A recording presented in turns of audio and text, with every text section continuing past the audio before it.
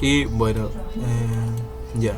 Primero que todo, buen día. Mi nombre es Flavio Infante Huanca, integrante del grupo número 7, ¿no?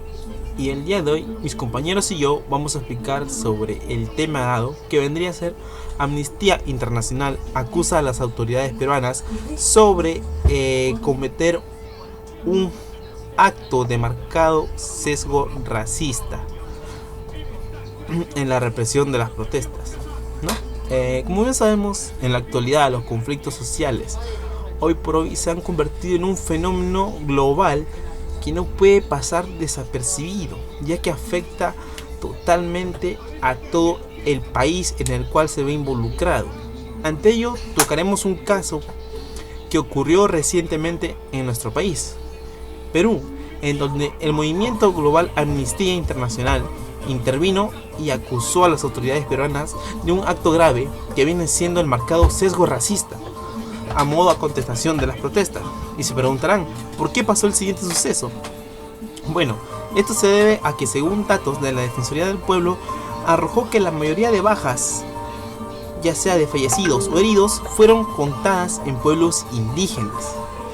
Dicha acusación encendió un acalorado debate que lleva consigo a la ética y la justicia social, ¿no?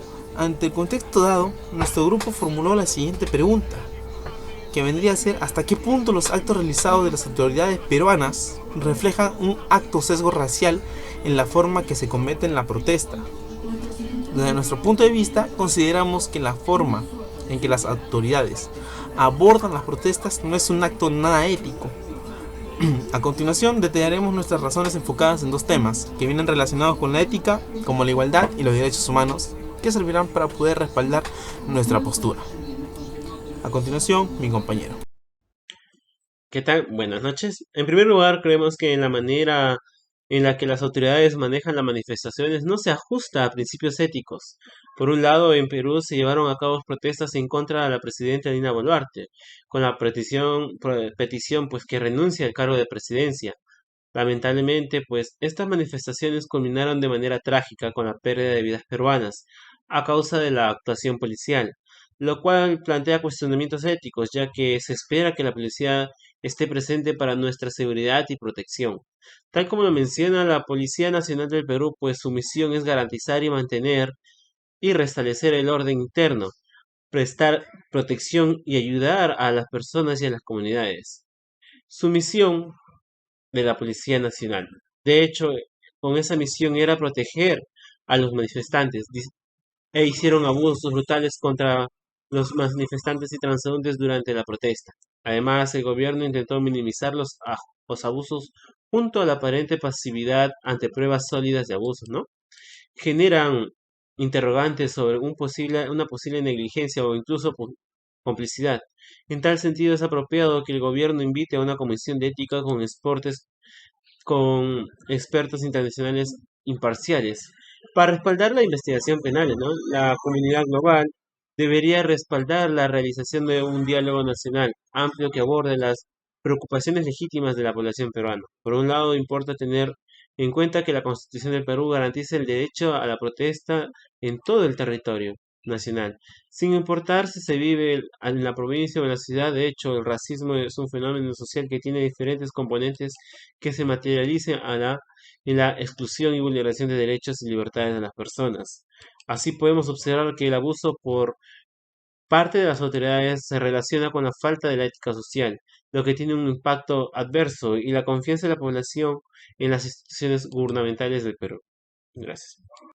En segundo lugar, consideramos que el uso de la fuerza por parte de las autoridades peruanas no es nada ético, ya que no valoran el comportamiento humano de una comunidad indígena. Según Amnistía, las autoridades actúan con un marcado sesgo racista tras las protestas. Las protestas del país se dieron ya que buscaban el cambio de gobierno completo.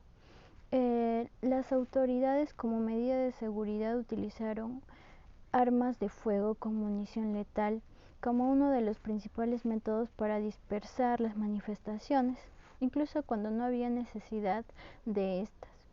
Eh, Esto constituye a una violación de las normas internacionales de los derechos humanos. Estas afectaron a un 80% a las poblaciones indígenas y comunidades, como la muerte de un estudiante, Eric Enciso, de 18 años, en la localidad de Andahuaylas, en la región de Apurímac. También 17 civiles asesinados durante las protestas en Puno, donde se encuentra un alto porcentaje de población indígena.